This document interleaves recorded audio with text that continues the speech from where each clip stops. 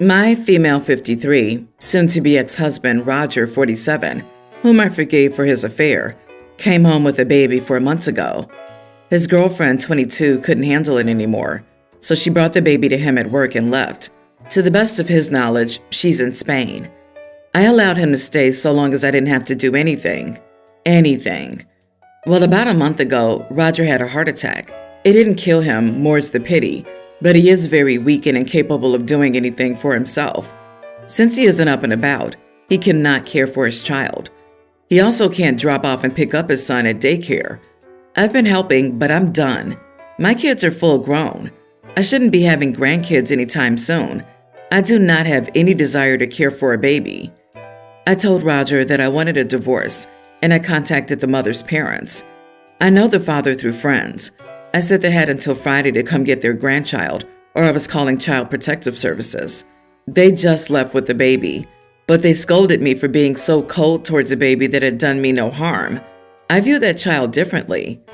Roger's recovering and I'll be moving out.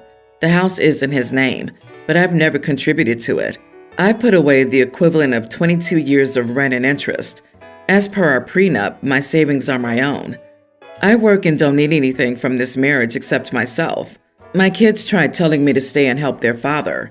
I said that they were welcome to come over and help him clean himself and the baby. Both declined what I felt was a fair offer. I do not feel that I'm acting badly. However, Roger, our children, his child's family, and a few mutual friends think I am. Perhaps writing this out and seeing the responses will give me clarity. Not the idiot. Basically, everybody's trying to dumb down their responsibilities on you. The baby should be with its family. You're not cold to not want to care for it. It's weird they wouldn't want to take the kid in anyway. Poor child. Your grown kids can take care of their dad. When he cheated, your relationship ended, and he's not your problem anymore. Yes, it's not OP's responsibility, and if there's a cold person, it's the mother of the baby who literally abandoned him. And OP's idiot of a soon-to-be ex who cheated with a near child apparently didn't use birth control, then showed up expecting OP to take on his affair baby. I assume the baby mama is younger than or the same age as his kids, but OP is the wrong one? No, everyone else is ridiculous. Exactly, but for some reason, I get the feeling that the affair partner is going to hear about the heart attack and the divorce, and he'll come swooping back in to fix this mess and get her share. And everyone will be like, she's amazing, and they'll all live happily ever after, and OP will still be villainized.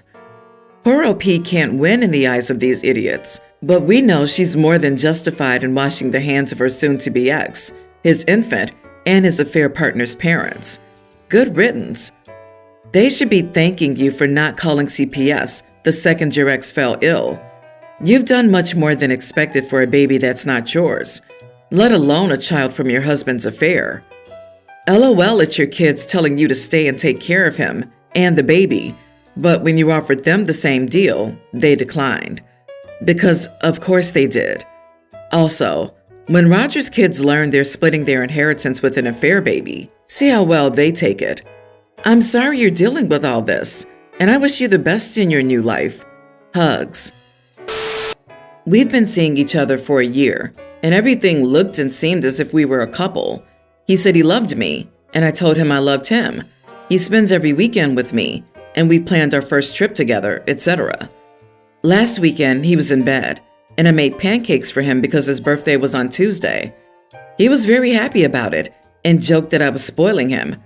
I said that I wanted to spoil my man. He said, I'm not your man, with the same energy. He didn't seem awkward or embarrassed, just as calm with a smile on his stupid face. I didn't take it seriously and said, yeah, I know you're not my man.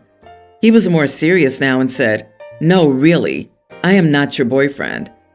I felt literally sick, but I tried to be calm, and I asked what we were, and he said I didn't know. Really great friends with benefits? I didn't say anything after that, and he ate his pancakes in silence. Later, he asked if we would do anything, and I said that I was planning on cleaning and doing some paperwork. He left after an hour. I ran to the bathroom to be sick, and I probably cried for a solid 2 hours. I couldn't keep anything in my stomach for the rest of the day. He texted that evening thanking me for the breakfast in bed, saying that he thought I was amazing, but I didn't answer. So he called a few times. I didn't answer. Around 10 p.m., he rang on my door. I just opened a jar and pretended I was sick with the flu and was going to bed. He offered to stay the night in case I needed help during the night, and I said no. I didn't answer him on Sunday or Monday, and I didn't wish him a happy birthday on Tuesday either. I've just been keeping it short text, feigning sickness. He never brought up what he said once. Then yesterday, he wrote that he missed me, that he hadn't gone this long without talking to me since we met, and that he was going mad. He asked if we could at least have dinner. I said that I was very busy. He said, "Don't you miss me?" I said that I was exhausted because I was out all night with the guy last night, so I just wanted to relax by myself this evening. He stopped answering. He showed up 15 minutes later, asking me if I was lying. I wasn't. I told him that we weren't a couple, so I was free to do whatever. He said that I broke his heart and cheated on him, and I'm an idiot. I waited for him to leave before I started crying. He's right. We never had the talk, actually, and I never asked him what we were. I just assumed because I loved him, and I thought he did too. But now I know we aren't together. Why was he upset that I slept with another man yesterday? Was I the idiot? Was it cheating? We're not together, and you cheated on me. That's some wild delusional crap right there. Definitely not the idiot. I'd say the only better route would have been to call it out as soon as he said it. These types of losers will go and tell their buddies that you were a slut and cheated without any additional context. From what I've seen in the past, these kinds of guys love to play the victim. He didn't just stop at saying you weren't together or that he wasn't your boyfriend. He even said that you were a great friend with benefits. That is so extremely insulting if he's going to act like you exclusive. I bet he only expected you to be loyal, not him. He wants a girlfriend and a relationship without committing. What an idiot. OP, you dodged the bullet with your truth serum pancakes. Block him. He isn't worth a response. He doesn't deserve your love or pancakes. My husband and I are expecting a baby. We don't know the gender, but I could give birth at any time now. We've chosen a boy's and a girl's name. The choices are generally compromises. We didn't agree on names, really, and had different beliefs about names, I guess. He also believes in formal names and kids having solid middle names. I believe in naming the child what you want to call them, something I got from my parents, who named me and my siblings that way, and my siblings went on to do the same. For example, I'm Lainey, just Lainey. I don't have a more formal version of my name. I never felt like I needed a more formal name. My name works for me as a 34-year-old woman, just as much as it did when I was 4. This led to trouble for us, because I gravitate more to names my husband considers nicknames. I found his choices very stuffy and unappealing, and he found my suggestions juvenile. But he liked Theodora, and I liked Thea. We eventually agreed to the full name for him, but I'd always use Thea. For a boy, we went with Declan for him, and Dex for me. And again, he would use Declan and I use Dex. But my husband doesn't like that I only say Thea or Dex. It bothers him that the full name gets ignored, and he says he believes my family and a lot of our friends will use the names I do. I told him the compromise only worked on the grounds that it was okay, that he could use the full name and I could use the nickname. He said the full name would seem like it would be getting ignored otherwise, and that I should use both to make it fairer. And I told him that's just him getting his way. I told him that if he wanted a better compromise, he had better come back to the table and be willing to look at different names. Before, names like Bryn, Lyra, Piper, and Freya were ruled out by him for not meeting his formal standards because they were shorter names. He said they were nickname light, but shorter, more formal names feel like the only other possible compromise for us, and he doesn't agree. So I told him he needs to accept what we already compromised on, or we need to find a better compromise, which doesn't mean he's getting his way. He told me I was very dismissive of his concerns. I told him I was already going with a legal name I didn't care for under our compromise, so he should be more willing to work with me if he wants to change the names. Am I the idiot? You came up with a perfect compromise, and I really like the name and the variants you came up with. You did a great job, and he suddenly or still unhappy. Even if the girl's name was, I don't know, Stephanie, Most people, friends and family, would call her Steph. If the boy's name was maybe William, he'd be called Will. The only exceptions are short names like John, James, Lyra, etc. But he wants a longer name. He won't avoid nicknames.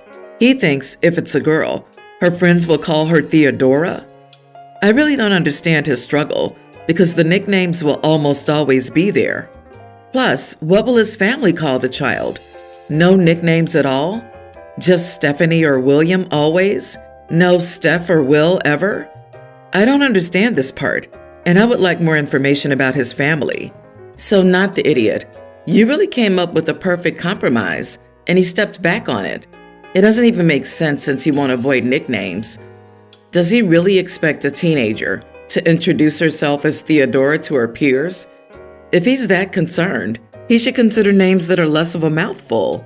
Anthea is just as valid for the Thea nickname and less stuffy. No one but your husband will call your daughter Theodora. People usually tend to find and use abbreviations. You will not find a solution if short, two-syllable long names always feels like nicknames to him. I, 18 female, recently had my birthday this past Saturday. My boyfriend, 18, invited a girl I didn't know as his +1. In my culture, an 18th birthday is a big deal, so a huge party's to be expected. I told all my friends who were coming in a group chat that they could invite a +1. What I didn't know was that my boyfriend, who was also in the group chat, decided to also invite a +1. I had no idea of this beforehand because I assumed that since he was my boyfriend, I would be the one he would be with for my birthday. I don't know if thinking like that is selfish or not, but I only really put him in the group chat so he knows the important details of things. So the time comes for my birthday, and as all the guests are filing in, my boyfriend walks in with this girl. They're talking and laughing and having a good time, but basically the whole party, his attention was with her. I had never met this girl, and I couldn't help but feel extremely jealous since she was undeniably gorgeous. At the table I had at the front where my closest friends and I were supposed to sit for dinner, my boyfriend dared to ask if his +1 could sit with us. He was talking with her the whole time, and I couldn't help but feel extremely angry and jealous the whole time. Even my other girlfriends at the table were giving me looks about her. However, I said nothing at that time to keep the peace, and I tried my hardest not to let such a deal ruin my night. Afterward, when everyone left, including my boyfriend's +1, I basically screamed at him, asking why he would invite another girl to my 18th birthday. I get that I could have been in the wrong for raising my voice and being jealous and angry, but he told me that since I said everyone could bring a +1, he could too. He was telling me to chill out and that she was just his friend from work. I can't help but feel sick every time I think about them. I couldn't help but notice how flirty and lost in his eyes he looked when he talked to her. Am I just overreacting about this? Or should I confront him again about his relationship with her? He brought his girlfriend to his ex-girlfriend's birthday party as his +1 without telling his ex that she's an ex. That's wild. My girl, please listen to your internet aunties. You are too young to be letting this dude treat you like this. He's either dumber than bricks in a sandwich or doesn't care. Learn how to let the trash take itself out. I know 18 is young and grown up at the same time, but not dumb.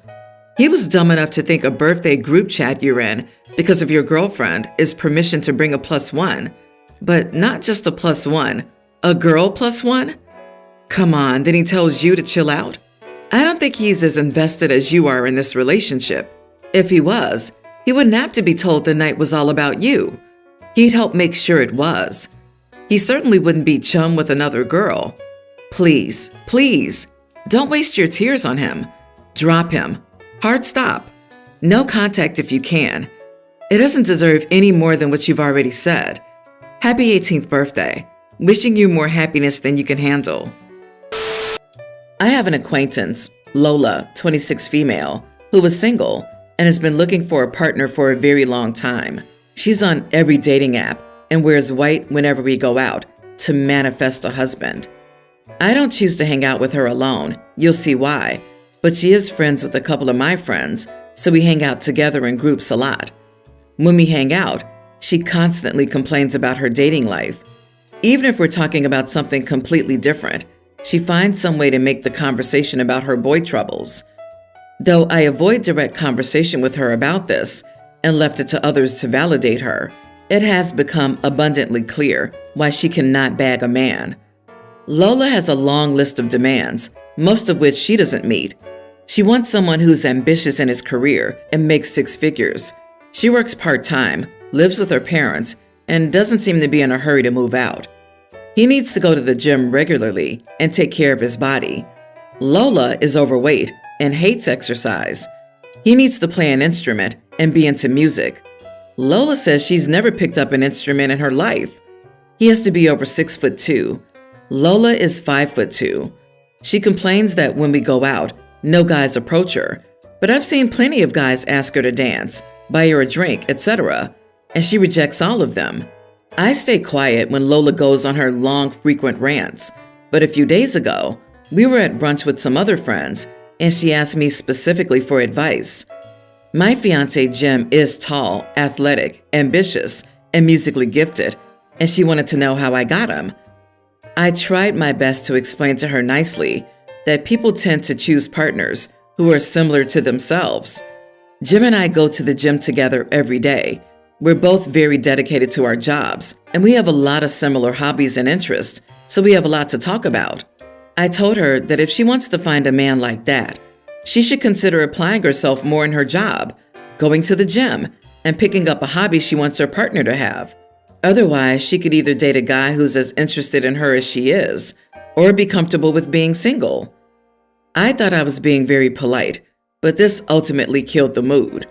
Lola got really upset and accused me of fat-shaming her, even though I never said anything about losing weight, just going to the gym, because she wants her partner to go to the gym. One of my friends told me Lola is worthy and deserving of a great guy and doesn't need to change herself. I ended the brunch with what I thought was helpful advice. Afterwards, I got texts from friends demanding I apologize to Lola, but others supported me and told me that I was right, and Lola was way too sensitive.